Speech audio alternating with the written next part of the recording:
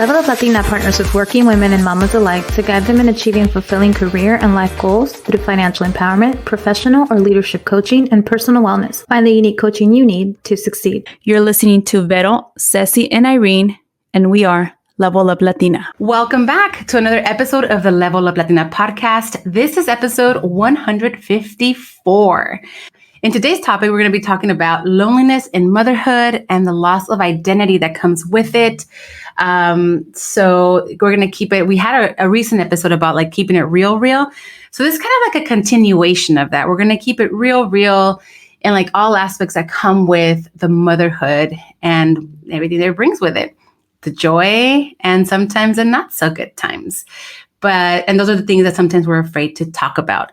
So before we go into that topic, I'm going to check in with my girls here con Ceci e Irene. ¿Cómo se encuentran, chicas, ahora? Bien, algo con flojera. I was telling you guys off record that no dormí bien. You know, sick kids tend to do that to you, especially at this age. Pero bien, yo también como con dolor de garganta, with the rising cases, ya no se sabe, pero aquí, you know, aquí showing up and excited to have this conversation with you two.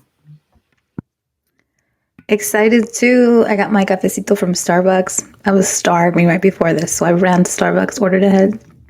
So I feel I got my Monster Fuel. Salud. Vero showing me hers. Salud. I feel left out. Ceci, always the health guru among us with a big old thing of water. I love you, Ceci. Thank you. In another life, I'm going to have better water habits just like Ceci. Te voy a regalar un perfect jug face like Vero. De esos, the ones that say, like, you know, how much water you have to go. Girl, I have like 4 of those. Oh. I had one of those before Kourtney Kardashian said it was cool to get one of those. And I was like, girl, don't work with me. It don't work with me. No, cierto. I don't like talking things that are not real. I'm pretty good about water. It just has to have like flavoring. So I always add like those like non-sweet. I can chug like iced tea like crazy. Yeah. Like water by itself, I don't know what my resistance is, but I can take them back. You know what's so trippy? I didn't drink soda before. Like I had quit soda years ago. And then Otto and I happened, right? Like we got pregnant, all that stuff. And after we had Gali, I started introducing ginger ale back into my like drinking habits. And then from there, Sprite. And then from there, Coca-Cola. Otto drinks Diet Coke all the time. But I've noticed the difference in my skin, in my mood now that I drink that. But before it was like iced tea. And preferably with no sugar. So tomaba iced tea and a lot of water. But I've noticed the difference of when I don't have that right water intake. It is ridiculous. My mood is kind of like yes. And then my skin. Yeah, yo también. My skin. I think I noticed it in my hair, my skin, for sure mood. But I think for me, it's my diet too. Like if my diet's not good, I notice it in my skin. So I'm like, don't. As soon as it starts to, gotta change up what I'm eating. Always when I cut out like fatty or sugar, because I usually have a lot of sugar-free stuff in my coffee. I notice it in my skin too. Damn, old ass ladies. We're talking about motherhood. We're talking about all right, rucas. All right, veteranas. All right, rucas. Well, yeah, it kind of ties a little bit into like our loneliness and like, you know, motherhood y lo que comemos y lo que hacemos, you know. Different. In our lonely hour, we think about our skincare. What do we eat? Before this, we were talking about chorro. If we're keeping it super real, like, But I won't say who had the episode. She said water under her butt. I won't say me. But it was me, okay? But it was Vero. No, but we're talking about motherhood. We need to add to the mystery, Vero. We need to add to the mystery. I'm kidding. No te creas. Las michis, my hoo-ha, haven't seen it. Se acabó el misterio. Se acabó el misterio allí. No, we were talking about like just motherhood and the things that come with it. Like right now, I'm in the process of becoming a mother once again with baby number 4. And, you know, it's the realities of being pregnant later in life. I'm only 40. So I don't consider myself like super old, but just the things that come with it, like the pregnancies and the things that, you know, the ailments that can come with just being pregnant. And with my first 3 kids, I was fine. Didn't have any issues. I think my blood pressure usually goes up during labor. But other than that, like I don't have any issues. And today I got the news that I have gestational hypertension. So, you know, it's like getting the news. And right now, like really, they ask you to just come by yourself to your meetings, my sessions with my doctor. Your doctor visits. My doctor visits. Thank you. My appointments. And then I have pregnancy brain, right? And then regular mom brain. So these are all realities, guys. Like, I feel like we get dumber. And I've talked about this before in our other episodes. Like, with every child I've had, I felt like I have felt dumber because the brain fog. So that's another reality of it. So I got this news and I'm like, what the hell? What does that mean? And the doctor's like, well, typically when you have gestational hypertension, we'll have to take the baby out, but you're still really early. Like, it's still 32 weeks. You're only at 32 weeks. So we're going to let you stick and monitor you until 37 weeks. And at that point we can induce you. And if the baby doesn't come, then we would have to go ahead and, take the baby out by all means necessary. So I'm a little nervous about that because we've also talked about taking breaks. Y como que no. A veces we don't do that. We don't take the breaks. We don't take the moment to relax. As I walked out the office yesterday before I went back today for my follow-up, the doctor goes, calm thoughts, like calm thoughts. Because immediately after I was like, okay, I'm done. What do I have to do next? Gali has to get to swim, que no sé qué. So you have to you always constantly have something in the back of your mind. And if you thought it was hard when you were trying to multitask as a single young woman doing the damn thing, just imagine trying to be that same independent, multitasking female while being a mom and trying to get things done for yourself, plus a little army of kids, right? Or your child. Because sometimes you can have one and it's still challenging because we're all different and we all experience different things in motherhood. But I feel that for me, it's been a very unique experience. Like I mentioned this before, like motherhood for me really came at a moment where I thought I was not going to be a mom and I was going to be a cool tia for life. And I was okay with that. And then surprise came Gali. But then my life had really changed significantly right after that. I had Gali, and then soon after we got pregnant with number 2, which was Joaquincito. And then soon after with Archie, and now with number 4. And within that time period, my baby daddy went from co-parent to boyfriend to now my husband. So not only did I start learning how to be a mom, but I had to learn how to be a partner, a wife. And it all came at me at the same damn time. I'm like, how the fuck do I handle all of this? So who I was completely got thrown out the window, and me figuring out who I was once again was very challenging. Just because I'm like, wow, I'm not that professional anymore. I'm not that friend, that girl that could be anywhere she wanted at any time. And just, I could be there. Let me buy a ticket. Let me fly across the country and it's cool. Let's go hang out. I couldn't be that friend that could just show up at things and hey, surprise. There was so many parts of me. I can't go on those long camping trips or the long runs or the trails, get lost in the trails. And when I go hiking, it became very much boom. That's not who you are anymore. And I believe I shared in the podcast before that I ended up getting a coach, and it was hey, you just need to embrace that change does happen. For you, it was super sudden. It happened really fast. And we need to learn how to if where you are in your life, we have to take a moment and just really evaluate it. And for me, as I did that, I realized I have everything I've always wanted. I have the partner I wanted, the husband I wanted. I have the children that I always longed for, that I thought I wouldn't become a mom. I'm in business with 2 of my greatest friends. I get to work with women one-on-one, with coaching. I have all these things. I have a beautiful home that maybe it's not neat and organized as I would want it to be, but that's out the window. And we'll talk about the other parts of motherhood that we let go of.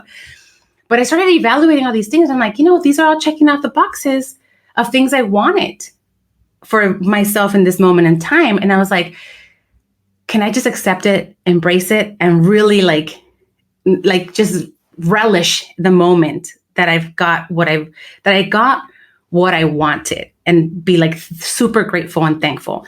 And I think that's the most challenging part, because we get lost in everything else we don't have anymore. And that identity of who I was, 5 years ago has definitely changed. And I am a different woman, but now I have to accommodate for that woman that I have become and show her grace that girl, it's okay. We're going to get there. But I have become the woman that 5 years ago I wanted to be. You know what I'm saying? That's beautiful. What made you get a coach, Fed? I love that. Yeah. What made you go for it? What made me go for it? Mm-hmm. I think as coaches, like we learned that we're like, okay, we can kind of like therapists, right? I can like walk myself through things and that, but I felt like I had great friends. And I feel that sometimes we're like, there's certain things that you're just like, I know what my friends are going to tell me because they know me at a different level. I need to hear from someone that does not know me and sincerely give me an unbiased opinion and just be like, it sounds like bullshit. Like how I talk to my clients, and how we talk to ourselves like, hey, you're smiling, but I know there's something up. What's up? Your eyes are telling me something else. And it's like, I needed someone to just be like, keep it real. And like I always say, you can't bullshit a bullshitter. So I needed to just ask for help outside. And I did reach out for help. And it was one of the best things I did, because it was kind of like things that I knew I should do. It was more like, then what were you waiting for? What are you waiting for? Go for it. And it was kind of like having tell me, someone that's a coach to kind of guide me through it and being like, and it's okay. You don't have to have it all together. You're figuring it out, and I'm here for you. And I will facilitate that process for you. So let's break it down. If I had a brain fart and I couldn't like really do things, she's like, okay, step back. What do you think is what takes priority here? What's more important? And at the end of the day, I learned how to prioritize myself again. And that's where I think I needed it. I needed it the most, where it's like, I know I am a mom. I know I'm a wife. I know I'm a daughter, but who am I overall? And it's what I needed. And that's what pushed me to reach out for my coach. So any woman that's out there, even coaches get coaches, girl, trust me. Like we all need a little nudge. Yep. And in motherhood, you girls know that in motherhood, it's lonely AF. And we recently were talking about this with our Guilt Free Squad. And it sucks because sometimes, we have clients that are feeling this way, and we want to tell them like, we've all been there. And it's hard sometimes to share with our clients like, hey, I've been there. I know I'm still going through that. It is shitty. It is lonely, but it will get better. And I don't know if there's coaches out there that prefer not to share that with their clients, because they might be like, well, then why are you my coach? Like the thing is that our experience is what helps these women understand that it's okay.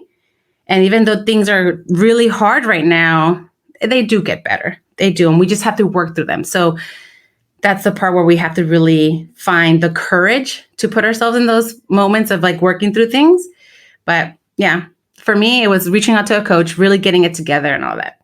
Have you ladies considered ever doing that? Well, before we started Level Up Latina, and I think I've talked about it in the podcast before, when that year that I was kind of in limbo and feeling stressed and feeling it in my gut, where I felt like I was missing out on, my girls, their growth. And I just felt like I was like getting home and like not seeing them for a little bit. And then it was like going to sleep. And I just felt like a nanny's raising my kids.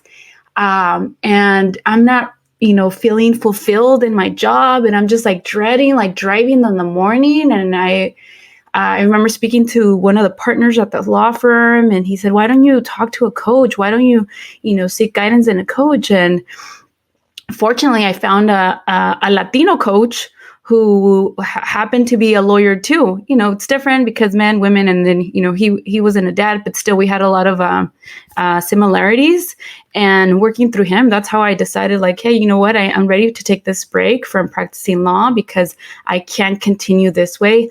It was a profession and the work that I was doing that I loved and I felt passionate about. And now I'm not. And now I'm feeling guilty for having someone else raise my kids. But I didn't know who to talk to about that. I didn't know how to go about it. And then I felt guilty still because I was the breadwinner at that time. My husband had a stipend through his graduate studies, so that I felt like maybe I have to continue working. And I just felt like I had to, just push through. And then finally, we made the decision. We had money saved up, and then se presentó la oportunidad, right, de irnos a México y todo eso. So it worked out. Anyway, to go back to your question, like that's why I reached out, and I felt like I needed that guidance. I needed that push and that accountability and someone to talk things through and see them through, someone else's perspective. And having that accountability partner at that point was, very, very, very helpful to me. I've had a lot of coaches too. I think several in my career. I've joined a lot of cohorts. That was my jam. Because I often felt lonely at career steps where I felt like I didn't have anyone in my circle that I felt could relate to what I was going through. So I joined a lot of cohorts, and then I've had specialized coaching in business, and then I've had freaking fitness coaches. Like, I'm all about it. I think it's good to get you unstuck. I actually love coaching. I actually find that I love it. I love having my sessions. I had several few this week, and I love it. But I think I was resistive again because I felt as though I was always the receiver of the lessons, and I liked being coached, and I'm real coachable in terms of my ego. I may appear to have ego in a lot of spaces, but in one space that I'm actually humble is that I have always wanted to be coachable. And I learned that in my early 20s when I was an insurance salesman, and we were in our little MLM cult that some people would consider it. And one of the biggest lessons I learned there is like, we don't have all the answers, and the answers are outside of us. And sometimes we're stuck in our ways, or we're raised a certain way. And I always was open to someone. I'll chime in, Vero, because you were saying earlier that sometimes you think, coaches might not want to share like their own experience, or like, I've been through that, I've done that. I think it's important to share it with our clients, and so that they can see and they can feel like that they relate. Just last night, I was talking to one of my clients, and we were talking about meditation. She shared that, meditation doesn't really work for me. I can only do it for up to 10 minutes. And I was like, oh my God, me too. Yeah. Me too. I can only do it for 10 minutes because then my mind starts like, just thinking of other things. And I guess because our minds are at peace and cleared up, like that's when ideas start coming up. And I have found myself where I'm, según meditating, and me acuerdo de algo, like, oh my God, I want to do this. Or an idea about like me ha pasado that an idea about the podcast pops into my brain, and I don't want to forget it when I'm done with meditation. So I pause it and, write it down. And anyway, I'm just sharing this because like, I think it's important that, I know it's a little different than the original topic, but again, as coaches and with our clients, it's important to share our similarities so that they can relate and see like, we've had that experience too. So let's work together. Let's share those experiences. And I think it just results in a great session and in that good rapport with your client. So I was saying that in my life, I've had a lot of specialized coaches. I've used that for my career primarily when I felt lonely. So I joined a lot of cohorts.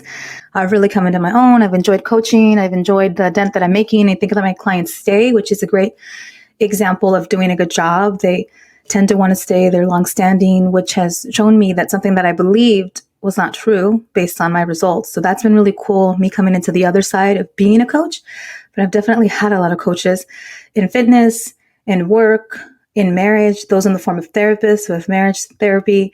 And then recently I went back to therapy, and I thought that was really transformative. I think Level Up Latina was something that really helped me want to involve myself more in therapy, because the conversations that we have here, the guests that we have here, the professionals that we have here. I was being interviewed for something unrelated, and they said, what's your favorite topic that you've ever done on the podcast? And the person was like, and I'm asking you on purpose, as hard as hell. It's like asking you who your favorite kid is. I was like, So then I just went with the episode of like, well, we've had therapists, and that propelled me to get therapy. Like, that's really cool. So I liked that. But I think loneliness can be combated through those things. Having a coach, having a crew. So it doesn't have to be a one-on-one coach if it's not fitting your life. It could be a cohort of women. It could be a support group. It could be like Facebook. It could be a group on Facebook. It's virtual. I know it's not the same, but if you're alone, I feel that you need like another group of women, even for them to say like, it's okay, or this is how I cope today. Or like when Vero shares her stories of motherhood, like I see myself 10, 15 years ago.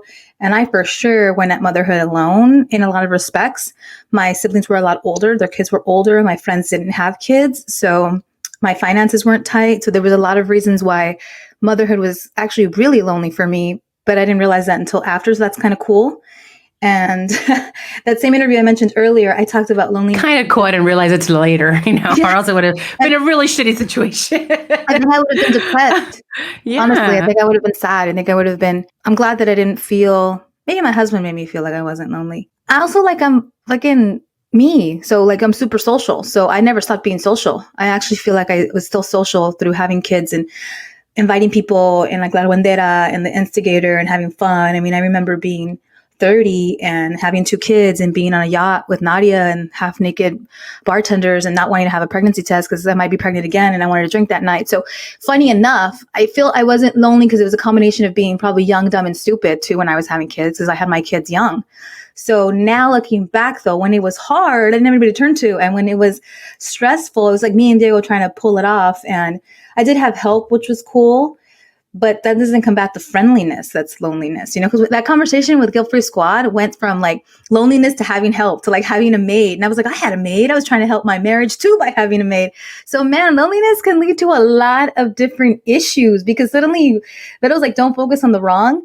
When you're lonely, you start to like be mad about everything. And maybe you do focus on the wrong. So back in those days, I probably wasn't feeling lonely, but I was taking on other things like overwhelm, work, trying to build my career, trying to fix this marriage that financially wasn't strong. Like it was a lot of struggles. And I think I was alone in my struggles, but not alone in my social life. So tip of the day, just because you feel like you have a social life and a lot of friends around you does not mean that you're not going through a lonely phase. You may not even know during the phase that you're lonely. You may only be able to look back on it and be like, wow, I was isolated, or I was doing my own thing, or I wasn't reaching out when I could have for me. Like, am I okay? And I think this generation with social media, at least we do that right. There's a lot more about taking care of yourself, having a village, speaking up when your mental health is not all there. When I was having kids in my 20s, 15 years ago, mental health wasn't a big conversation. So just reach out right now, observe where you are, observe how you're handling loneliness in your life, and maybe you'll come to the epiphany that you do have it and you need that support. It's funny that you said like the social part of us. You and I are, las tres somos social beings. I feel like they're very like, I want to say I'm an energy vampire. Like I feed off of people's energy too. Like I'm already hyped. And then you get me around people and it's like, oh, olvídate, ya la fiesta continúa. And then my fiesta goes until 2. And then like, for example, Lisette fiesta goes until like 5 a.m. So her energy is a little bit different. Yes. But right now with the pandemic, we've had to kind of sacrifice that socializing, right? And I think for me, that was a big hit. And I think one of the conversations that started with Guilt Free Squad was because also like, the one client, she's like, I just need to speak up to someone. And she mentioned, hey, I just feel lonely. I also had a major move. She relocated her family, and she's the main breadwinner in their family. Her and her husband do have a business together, but the key thing that helps them do that is the fact that she has this awesome job, right? And she moved because it was such a great opportunity. It was like the best thing they could do, and they had talked about moving to Southern California. But with the pandemic, with the move, with all these changes, it was still like, it was so much. And she just like, the loneliness she reminded herself, like it somehow came back up. Like you're going through all this by yourself because we still do have emotions, right? We still have these thoughts. And sometimes our partners, like I was saying, don't ever really assume with your partners that they know what you're going through, that they know what you've been through, that they know any little aspect that it's, that can really make a significant impact on how you're currently doing and dealing with things right now. So it's like over communicate, in this case, like I know that, that our husbands want to provide for us. They want to do these things for us, but there's times where we're like, hey, I just need you to do this. And over communicating, like, this is what I need. And this is why I just need your support with this. And this is why. And sometimes we feel like they know. Don't assume, just share it anyway and be like, hey, I might have told you this before, pero me siento así. Y tal vez esto me está causando because that's happened to me before. Growing up, it was like this. And maybe you don't understand it, but I need you to really learn how to listen to me and just give me what I need from you now. And we can work through it together. And that's challenging because sometimes we don't want to be vulnerable. We want to be like seeming super strong and that we've got it all together, but really that can go out the window because we all have hard times. And that's why I'm like, over communicating is even better than sitting there and being calladita. Cause it's like saying like, oh, I'll just be here quiet and deal with it. But it doesn't work that way, man. It's going to mess with your mind. It's going to mess with how you feel. It's going to really make you feel and wonder like, has every decision I've made thus far the right decision? And you start doubting yourself. But when there's a simple solution of over communicating and really just letting that person that's in your life that provides that support for you or help part of that support to be at least understand and get there to help bring you out of what you need, especially when you don't have friends around. Yeah, that's a good tip, Vero, because I find myself that I often have to remind myself, or Luis has to remind myself, Julie, ¿por qué no dices? Or ¿por qué no? I'm like, I don't know, because I think in my head, I'm just so wrapped up in doing, X, Y, and Z that I don't think to communicate, hey, can you help me with this? Until it's too late, or I'm super frustrated at him or at the girls. He's like, ¿por qué no dices? Or say this, or like, hey, I'm tired. I'm like, I don't know. I me siento como maybe invisible. ¿Cómo se dice? Invincible. Yeah, you got it. Yeah. And, but not that I'm not thinking that way. I'm just like, okay, I got this. And, I don't speak it. So I have to like remind myself, I have to have him remind me to ask for help or do this thing. I mean, earlier this year, or maybe it was since December, actually, he took it upon himself to ask our nanny / cleaning lady. She was coming once a month, but he's like, you know what? I know you're going through a lot. You have a lot on your plate right now with work, your business, and, taking care of your mom. Like, I'm going to ask her to come once a week. I checked out our budget. We can afford it. Let's do it. And that has been a lifesaver. Yo no se lo pedí, but I'm so thankful that he's done it, because I know that the day she's going to come, I know that que va a quedar la casa super, picked up and clean and neat. And I know in a day or two con las niñas, pues va a estar igual. But just knowing that I don't have to stress out about like cleaning this, cleaning that. I'm particular about my bathrooms. I know Irene and I were talking about like, oh my God, but I've learned to like let that go, because si no, I can't, clean before she comes or clean after. It's just like, okay, está limpio el baño. The whole house is clean, and I'm thankful for that. So, anyway, all to say is that, yeah, sometimes it's hard to communicate with your partner, or not hard, but maybe just like you're not thinking about it. And I don't know what gets in my mind, that why didn't I think about that? Why didn't I say that? Or why didn't I bring it up when I was feeling that way? And I think it's because of the way we're brought up, and maybe because we saw our own mothers like just handling it all, and somewhere inside it's like our little brain working and saying like, you got this. Ay, no necesitas ayuda. You can handle it. And I think it's important for us to have those conversations with our partners, and step out of that that upbringing. It's hard, but poco a poquito.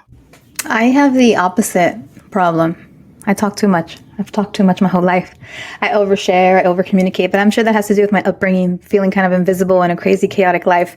But and being the baby of 6 and like 8 people total, like, is it that? So through the years, I've learned to actually communicate in a different way and say less with a lot of facets of my life, my husband, my work, my partners, just period. Just sit back and try to choose the most intentional words or the best time to say what I need to say. Because if I don't communicate, because I am an oversharer and an overcommunicator, and I got to like throw up all my feelings in words, I will then resent the shit out of people or be victimized. Like, I'm the victim, they're the bad guys. So that's not going to help. So I love in your example, Ceci, that your husband knew what to do and you didn't even have to ask for it.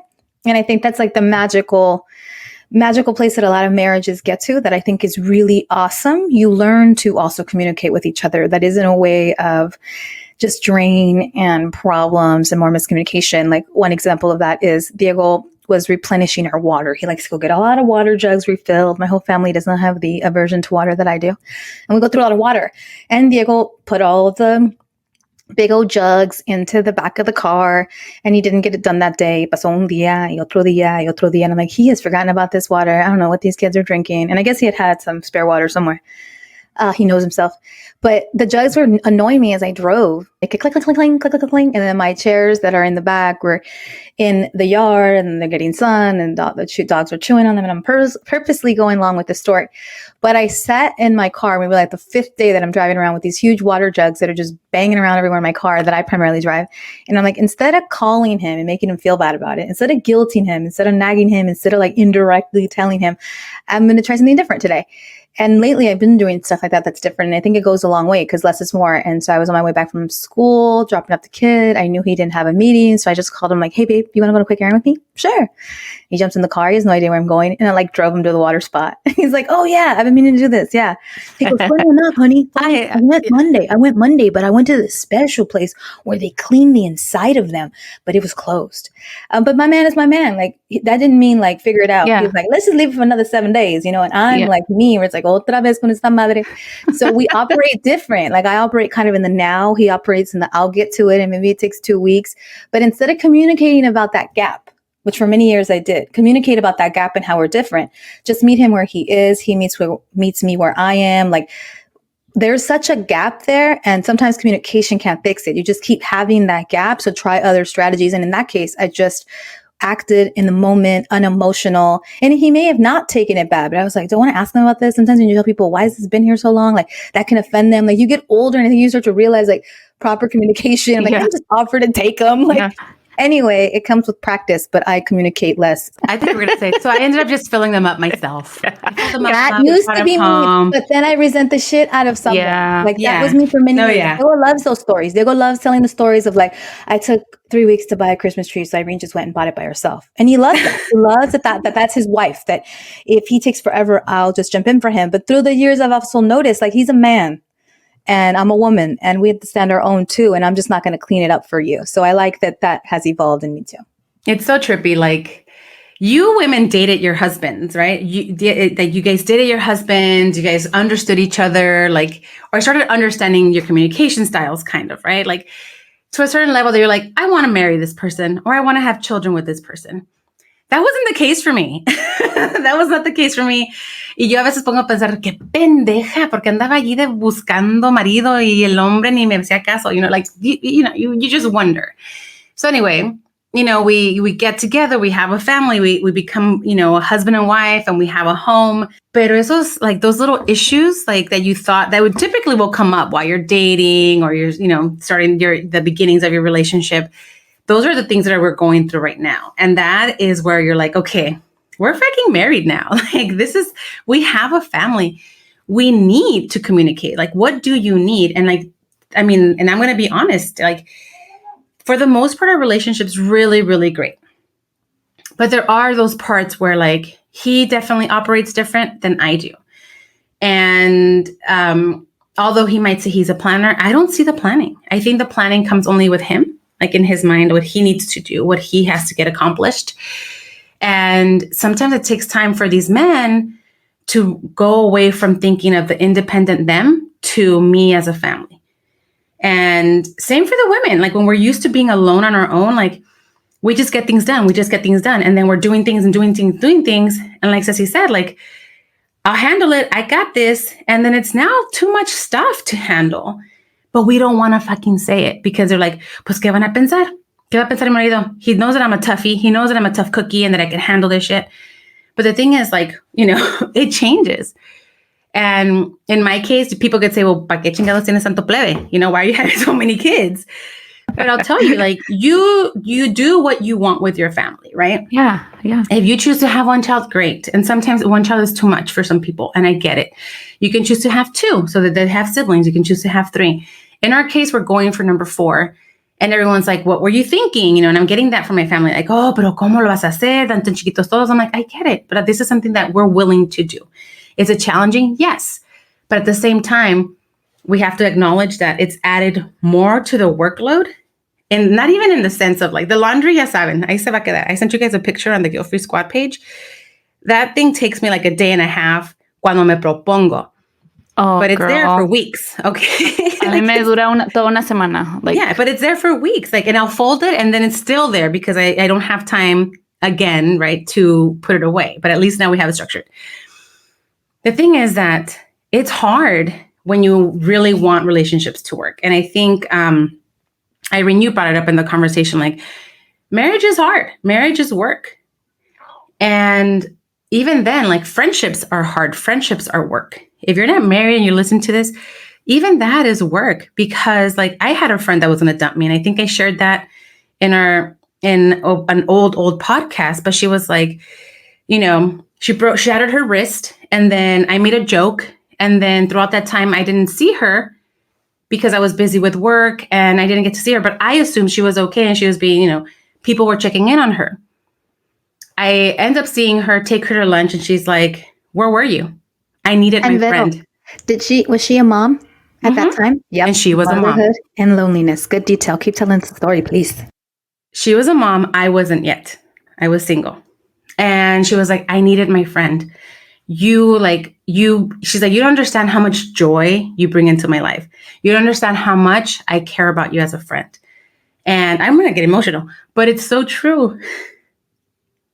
And it's important. Voy a chillar. Because now I understand it. Like, when all my friends were moms, I had no idea what they were going through. I don't want to bother. I don't want to bother them. They're busy. But now I'm like, fuck, where are my single friends at? Bother me. Llámenme. Pregunten qué onda. And it sucks. So I'm like, I felt so bad. She was like, I was so close to not wanting to be your friend anymore. And I'm so glad that we had that conversation because I'm like, I'm so sorry. I had no idea. I assumed that you were okay. And the thing is that we need to make sure that we're there as the single friends that are still living life doing the max and check in on those women that, they were still those fun women, those outgoing women that still have so much to share and so much to do with life. Like, your life is not over becoming a mom. Your life is not over because you're married. Things change, but it doesn't mean you're not you. So anyway, that should be another thing. That was beautiful.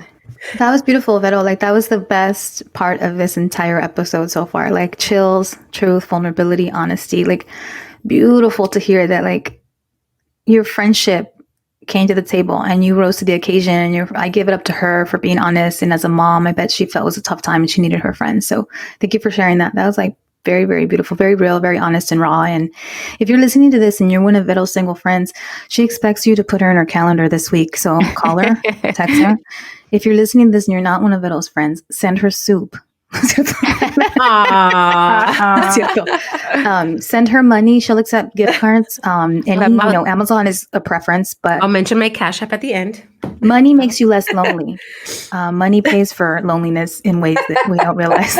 With this conversation went in many circles. I'm being funny now, but the relationship piece we were talking about, don't get it twisted. Like, your relationships and struggles there make you feel lonely as a mom because you're battling like your relationship and your spouse and getting it together and your identity. And a lot of moms are the default parent. We haven't even gotten started. We haven't even gone down that road, but especially in our culture, but in many cultures, like, moms know where everything is. Moms are just the freaking default for everything. And unless you got a man that's willing to rise to the occasion and help you, like, that's why we talked about husbands too, but I wanted to wrap that up. Like, it takes two people so you're not so lonely in the mom role and like you're momming him around, and that's some BS. The other thing that Vero brought up, friends with kids, friends without kids, like, they're a factor here, and you can get your support from your friends. And I have a lot of clients. Oh my gosh, I have a lot of clients that like tell me how they miss their friends that have kids and they want them back and they're feeling a void. And the reverse. I have clients that have kids and like, I miss my single friends and I want that back. So there's a lot of identity crisis going on. There's so much of that going on right now. Everybody misses the old dynamic and pre-kids, with kids, the new husband, the old husband. Like, the point is that if you are feeling lonely and you need a correct course, like, don't sit with it. Like, figure it out. Like, is it your friends you miss? Is it your spouse you miss? Because the truth of the matter is, your best friend could be your spouse, but you get into this rhythm where it's like, what's that saying? There's like two sailboats passing in the night, two ships passing in the night, when people are just like roommates and there's like no love, nothing. That's a funny saying, but you're like, can you bring a little tugboat over here? No. My tugboat passes your yacht. So the truth is, like, what is it that's making you lonely? Maybe you miss your family. Like, part of the reason I went to therapy is I realized that, like, I was close to my family, but they were kind of a mess. And then I kind of distanced myself from my family because of the mess. And then I was reconciling that, like, well, like, I can't throw the baby out with the bathwater. Like, maybe there's some relationships that I can improve and better myself. And my relationship with my mom is like completely different because of it. Like, maybe you're lonely because you miss your people. Maybe you need your mommy. Like, what is it? And what coach or therapist can help you find it? I said all that to tie all this episode together to tell you that this is all still about loneliness and motherhood. Si no supieran, ya lo saben. Sí. No, it's lonely. I know the past 2 weeks have been tough. Like, yo me he entrado en mi depre, and I've noticed it because of the way I'm eating. I haven't been exercising, and I'm in that funk right now. With we're not going to get into it, but with what happened with Texas and then my grandmother passing, como que me siento in that funk. So yeah, and I was like, you know, when we were talking about this episode, it's like, oh, I miss my friends. And I was like, so looking forward to like coming in a couple weeks and like just seeing that. Or seeing friends and seeing you guys in person. So I'm like craving that so much. I'm also craving date night. We've been so busy that we haven't, I don't think, May, we didn't have a date night. And then this month doesn't look like we're going to have an opportunity to get it in. But oh, they get it in all right. Oh, they get it in all right. They're not lonely in that What he said, right? No me despiertes. Don't spread the wrong rumor. Don't spread the wrong rumor. Right? But yeah, so I missed that. I'm like, oh man, I was like, you know, I don't know. That's how I'm in that funk right now. I need to like snap out of it, but I'm also going to give myself grace and be okay with that. And, you know, hopefully just like, you know, this week can kind of get out of that funk. Thank you for sharing that, Sissy. I love you. I feel like you and I are on opposite wavelengths. We got to get on the same wavelength. I know we do. But I've been eating good. I've been working out. I've been feeling good. when I eat better and I am on my P's and Q's with the things that make my body feel better, my creativity flows, my leadership flows. And it's like, we got to get in sync. We got to get in sync like our periods. Las tres. Imagine. Sí, finding your flow. Watch out. Finding your flow. Latina worldwide. Mm-hmm. Open wide, love. Oh, no. I mean, sorry, worldwide. Dang, why is this show like always borderline pornography or phone sex? Like there's, you know, I wonder if we're going to have one episode where I don't have to click the little explicit. That's who we are. We're not lonely in that sense. I meant to like open wide your eyes, okay? To be aware. Right. I saw your face. I saw you drool a little. I know. Cuando dijo Ceci craving friend time, I was like, ya sabía lo que se antojaba, Ceci. But I think we should share before we end the episode that unfortunately we do have to cancel our event. Not cancel, postpone our event. I know. On June 12th because of COVID. We have an unfortunate COVID situation at the venue where we're supposed to be hosting our event. And we hope everyone there is okay. And we hope sending them, you know, lots of love and ojalá todos se recuperen bien. And that we can reset the date for later in the summer. So if you're hearing this, we will be sharing, you know, we want to make sure that if you were looking into coming to our event, you know, we will be postponing it. We'll be setting a new date pretty soon to have everyone come out and join our 3-year celebration for our anniversary of being in business as 3 first-generation Latinas. I mean, I love the fact that we are women that other women can reach out to that are first-gen, going through the experiences we went through and having someone to turn to and talk about, whether it's about personal life, you know, mommyhood, non-mommyhood, my accent comes out, to professional, you know, and leadership development. And so we hope to bring out a new date for you guys. But if you have purchased a ticket for our event, we will hold that for you and we will honor that rate for the next, 30 to 60 days? 60 days, right? I think it's like 90 days. So your ticket is still, you know, valid for then. And we'll have a new date out soon. Pero con eso, chicas y chicos, whoever's listening, we thank you all for tuning in. If anybody does want a refund, like we would honor that, of course. Let us know if you're listening to this and you're like, you know what? Actually, no, I'm leaving the country for good. You know, we will, of course, refund you. We're only holding it for those that are actually coming to our rescheduled date. Again, no later than the next quarter, hopefully. But yeah, we're bummed. But also, send us your ideas. Like maybe there was a reason that you were on the fence about coming to this event, and we don't take offense to that. Like, what do you want the event to include now that we have an opportunity to change? And maybe not much, but something, since we are a little more wide open with our venue having us on pause. What do you want to see at this event? If you couldn't make it and you were excited and now you're free and you have great ideas for us, send them our way. I can think of a few people as I'm saying that I know are really excited about coming, but couldn't come to this. Yeah. That's really cool, actually. For that, there's some people that, you know, yes, this works out. And we'll talk to them first, see if we can get on their calendar and pick like the perfect date.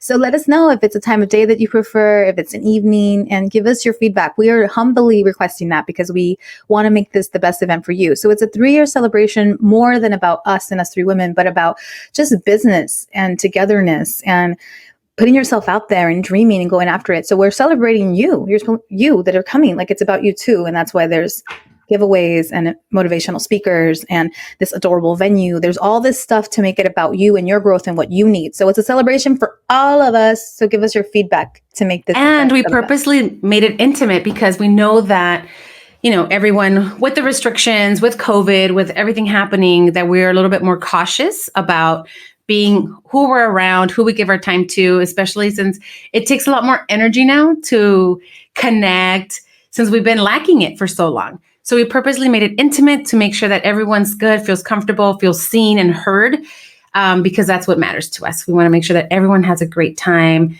enjoys a delicious brunch, has a delicious drink, has great conversation, can ask questions, can be like, yo, how can you help me out? And win some awesome raffles too, some great stuff. So with that, chicas, chicos, y todos los listeners of Level Up Latina podcast, thank you so much for tuning in today. To follow up with our conversation, feel free to always message us or send us an email on the socials. You can find us at Level Up Latina. That's our handle for IG and Facebook. You can find us on Twitter at Latina_up. You can always shoot us an email, especially if you have any suggestions for, let's say, the podcast or for our event that's going to be postponed for later in the summer, early fall. We will make sure to hear you out and take those suggestions into consideration.